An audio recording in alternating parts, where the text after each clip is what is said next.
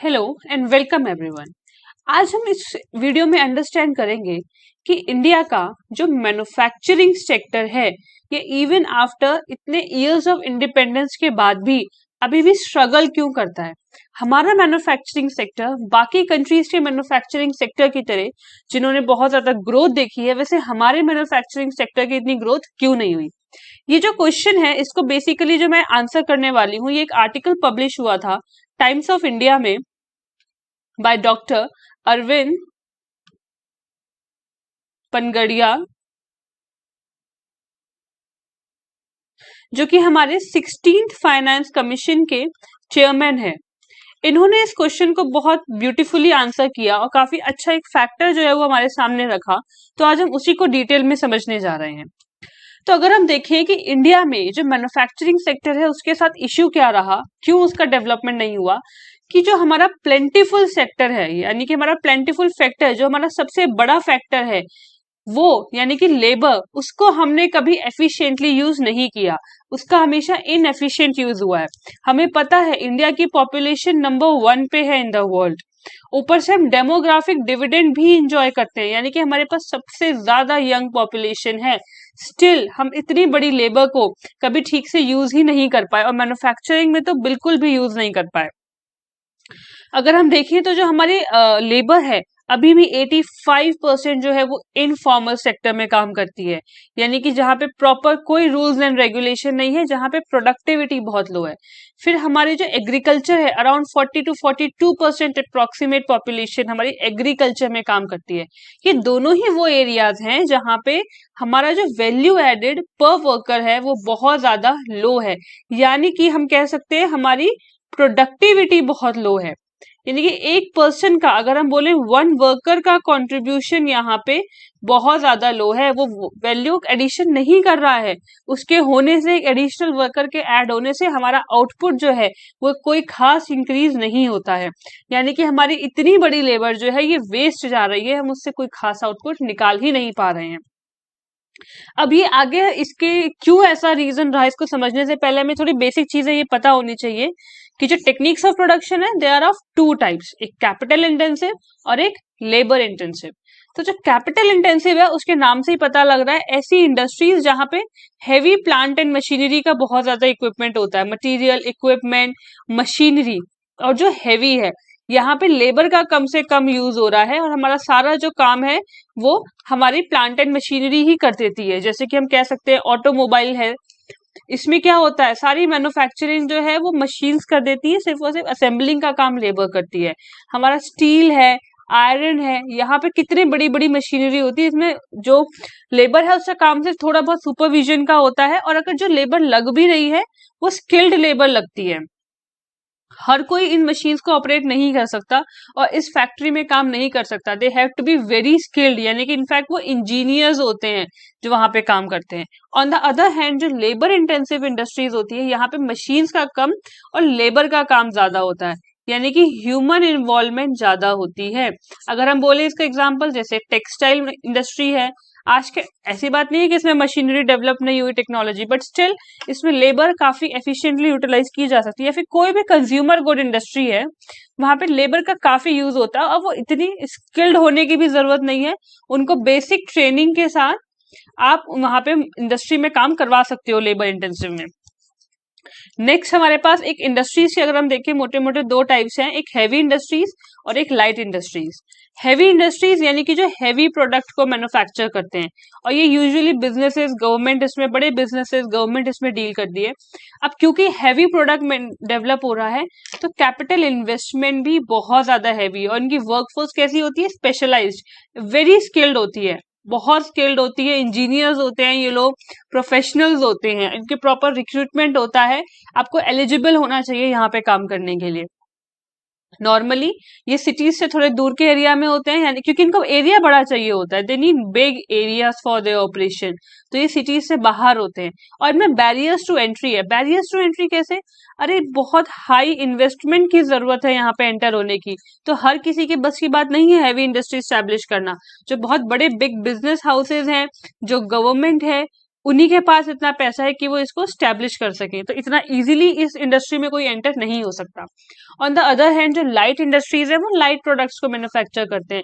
Basically वो consumers जो हम यानी कि जो हम लोग कंज्यूमर्स डेली बेसिस पे यूज करते हैं, कुछ भी हो सकता है, ये स्टेशनरी हो सकता है, टेक्सटाइल हो सकता है, फुटवेयर हो सकता है, एनीथिंग जो हम डेली बेसिस पे यूज कर रहे हैं। अब इधर अगर हम देखें हैवी मशीनरी में माइनिंग हो गया, शिप बिल्डिंग हो गया, pharmaceutical, aircraft, steel and iron, ये हम डेली बेसिस पे तो नहीं यूज कर रहे ना बहुत लार्ज क्वांटिटी में, हमारा एज अ कंज्यूमर इसकी कोई यूटिलिटी नहीं है। बट ये जो कंज्यूमर गुड्स है इनको हम डायरेक्टली यूज करते हैं, और इसमें लेस कैपिटल चाहिए, इतनी कैपिटल की जरूरत नहीं है, कम कैपिटल से भी मैन्युफैक्चरिंग स्टार्ट हो सकती है। और लेबर स्किल्ड चाहिए, बट ये ट्रेनिंग के बाद आप इसको इजीली हल्की फुल्की ट्रेनिंग के बाद आप उनको काम सिखा के काम में लगा सकते हो। इतना स्पेशलाइज वर्कफोर्स यहाँ पे नहीं चाहिए, एटलीस्ट जो हमारा ज्यादा वर्कफोर्स का काम होता है उस लेवल पे तो नहीं। हाँ, अगर मैनेजमेंट में हायर लेवल पे जा रहे हैं तो थोड़ी स्किल और बढ़ जाती है। और ये आसपास होते हैं रेसिडेंशियल एरिया के, क्यों? क्योंकि इन्हें कंज्यूमर्स को सामान बेचना है, तो ऑब्वियसली ये क्या चाहेंगे, इनकी ट्रांसपोर्टेशन कॉस्ट कम से कम हो, तो ये क्या करते हैं, रेसिडेंशियल एरियाज के आसपास ही बनाते हैं। और लो बैरियर्स टू एंट्री, कोई भी आके कुछ भी अपना कंज्यूमर प्रोडक्ट बना के बेच सकता है, इसमें कोई क्या कहते हैं बैरियर्स नहीं है। अगर कोई टेक्सटाइल है तो वो बड़े से बड़ा ब्रांड भी बना सकता है, जैसे एलवी हो गया, और कोई भी एनी लोकल ब्रांड भी इसका हो सकता है, जो कि कभी भी जिसका मन करे आप और हम वो अपना टेक्सटाइल लॉन्च कर सकते हैं। इसमें कोई बड़ा काम नहीं है, कोई बहुत खास बैरियर टू एंट्री नहीं है।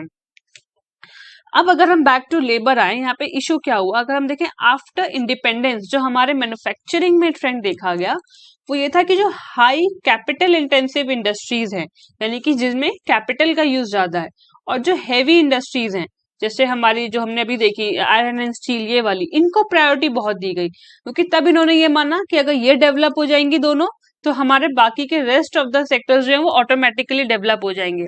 बट अनफॉर्चुनेटली ऐसा हुआ नहीं, और हमने देखा होगा जो हमारा सेकंड 5 ईयर प्लान था उसमें तो स्पेशली बोला गया, जो महाना लॉबिस प्लान था उन्होंने इसी चीज की बात करी कि गवर्नमेंट को पूरा फोकस किसके ऊपर करना चाहिए, हैवी कैपिटल इंटेंसिव इंडस्ट्रीज को। ये अच्छी अप्रोच थी इनिशियली, बट साथ ही साथ हमें लेबर और हल्की लाइट इंडस्ट्रीज के ऊपर भी ध्यान देने की जरूरत थी, जो बहुत ज्यादा हद तक इग्नोर हो गई।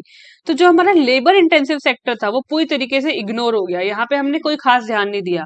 लेबर इंटेंसिव सिर्फ और सिर्फ कहाँ पे कन्फाइंड रह गया, स्मॉल स्केल इंडस्ट्रीज में, जो छोटे इंडस्ट्रीज होती हैं इनफैक्ट। और हमने इनको क्या किया, इनको प्रोटेक्ट करने के लिए ये तक बोल दिया कि कुछ प्रोडक्ट्स जो है वो सिर्फ और सिर्फ ये स्मॉल स्केल इंडस्ट्रीज ही मैन्युफैक्चर करेंगी और कोई नहीं। एक लिस्ट बना दी प्रोडक्ट की, और उस लिस्ट के अंदर जितने प्रोडक्ट्स है वो सिर्फ और सिर्फ स्मॉल स्केल इंडस्ट्रीज जो हैं वो मैन्युफैक्चर करेंगी। इसका मतलब क्या हुआ कि हम इन प्रोडक्ट्स में लार्ज मैन्युफैक्चरिंग को तो प्रमोट ही नहीं कर रहे, हमने किया नहीं।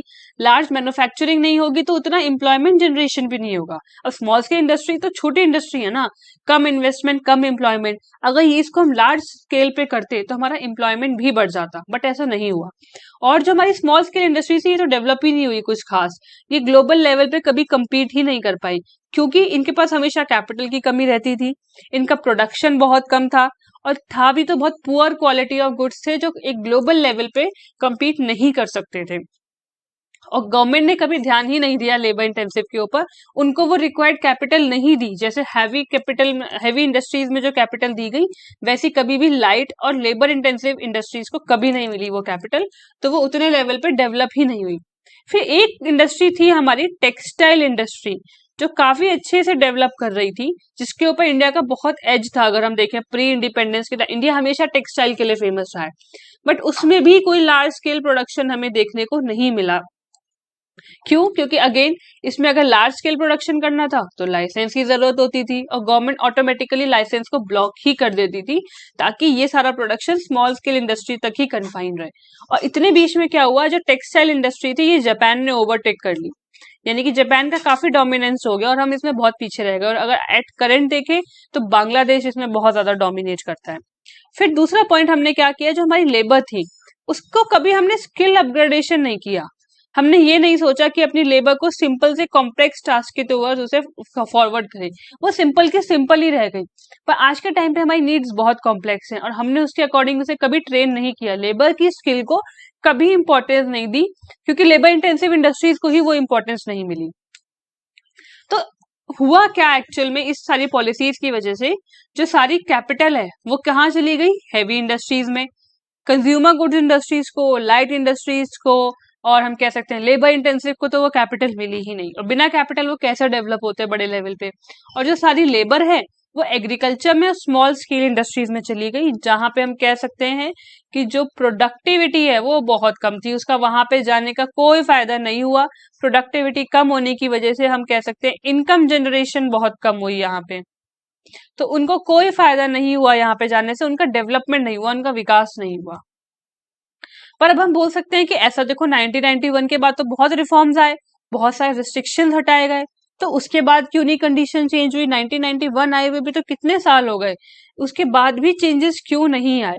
द रीजन इज कि ये रिफॉर्म एकदम से आगे 100% इम्प्लीमेंट नहीं हो गए, इसके फुल्ली चेंजेस लाने में बहुत टाइम लग गया। और अगर हम बोले जो लेबर इंटेंसिव सेक्टर है, जो स्मॉल स्केल इंडस्ट्री से, इसके रिस्ट्रिक्शन हटाने में तो 2005 तक का समय लग गया। लेबर लॉज बहुत ज्यादा स्ट्रिक्ट थे, तो क्या कहते हैं इंडस्ट्रीज प्रेफर ही नहीं करती थी कि हम लार्ज इंडस्ट्री स्टैब्लिश करें। क्यों? लार्ज इंडस्ट्री स्टैब्लिश करेंगे तो इनको मोर लॉज को फॉलो करना पड़ेगा, तो वो प्रेफर करते थे हम छोटी इंडस्ट्रीज ही बन के रहें। अब इससे क्या होता था, डेवलपमेंट भी कम हो रहा है, और क्योंकि वो एक छोटी इनफॉर्मल इंडस्ट्री है तो वर्कर का यहाँ पे एक्सप्लॉयटेशन भी होता था।